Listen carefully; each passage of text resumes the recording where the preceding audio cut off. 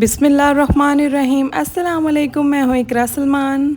आज मैं बड़ी ही स्पेशल आलू बुखारे की चटनी की रेसिपी लेकर आई हूँ, जो कि अमूमन शादियों पर बनती है, जो कि इतनी लजीज बनती है कि खाते खाते पेट भर जाता है, लेकिन नीयत नहीं बढ़ती।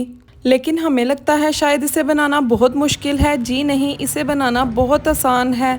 आपको मैं इस वीडियो में तमाम टिप्स बताऊंगी कि इसे कैसे एक माह तक स्टोर कर सकते हैं और कैसे इसके टेस्ट को इन्हेंस करेंगे। सबसे पहले मैंने 500 ग्राम आलू बुखारा लिया है। आलू बुखारा आपने फ़्रेश लेना है किसी भी पंसार के स्टोर से, या अच्छे से किसी भी जनरल स्टोर से आपको इजीली मिल जाएगा। आलू बुखारे को आपने 1 लीटर पानी में भिगो देना है। उसके बाद जो दूसरा काम करना है, आपने 100 ग्राम बादाम लेने हैं, उन्हें भी 2 घंटे के लिए नीम गर्म पानी में भिगो देना है। चले जी, यहाँ पर 2-2.5 घंटे हो चुके हैं बादामों को भिगोए हुए, और आलू बुखारे को भिगोए हुए भी 2-2.5 घंटे हो चुके हैं। इस रेसिपी के लिए हमें 4 मग्स बादाम, चीनी, आलू बुखारा और 1-2 सिंपल सी चीज़ें चाहिए। चलें जी, भीगे हुए आलू बुखारे को हम किसी पतीली में डाल देंगे। 3 गिलास मैंने इसमें भरकर पानी के शामिल कर दिए हैं। तकरीबन 1 लीटर पानी शामिल कर दिया है। अब फ्लेम को हम हाई कर देंगे और इसमें एक बॉयल आने देंगे। ये देखें, यहाँ पर 1-2 बॉयल आ चुके हैं। आलू बुखारा फूल कर ऊपर आ गया है। अब इस स्टेज पर हम इसमें चीनी को शामिल कर देंगे।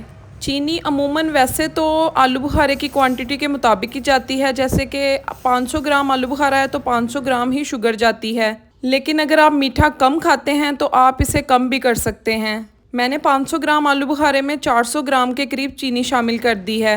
अब हम चीनी को मेल्ट होने देंगे। चीनी यहाँ पर हमारी मेल्ट हो चुकी है। इसके बाद इसमें 2 चुटकी के करीब काला नमक शामिल कर देंगे। 2 चुटकियों के करीब ही वाइट नमक शामिल कर देंगे।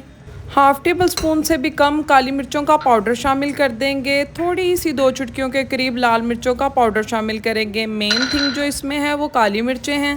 सारी ही चटनियों में काली मिर्चें ज़रूर यूज़ की जाती हैं। आपने काली मिर्चों को स्किप नहीं करना, इससे टेस्ट बड़ा ही ज़बरदस्त बनता है।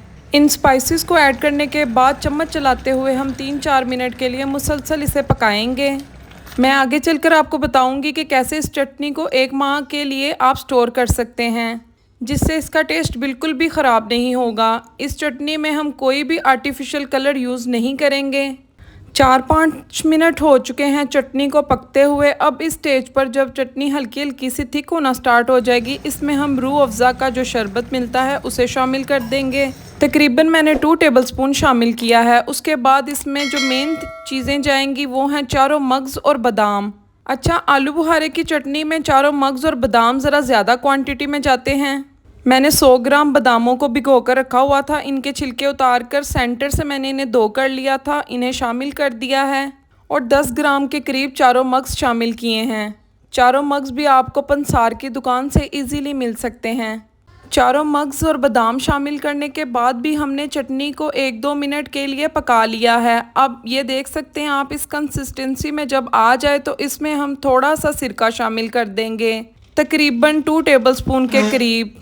सिरके की वजह से जो चटनी है वो आप 1 माह तक फ्रिज में रख सकते हैं। चटनी का टेस्ट बिल्कुल भी ख़राब नहीं होगा। सिरका डालकर भी 1-2 मिनट के लिए मैंने चम्मच चलाते हुए इसे पकाया है। आप इसकी कंसिस्टेंसी देख सकते हैं। आपने इससे ज़्यादा इसे थिक नहीं करना, क्योंकि ये ठंडी होने के बाद मज़ीद थिक हो जाती है। अगर आप पहले ही थिक उतारेंगे तो वो बहुत ज़्यादा हार्ड हो जाएगी।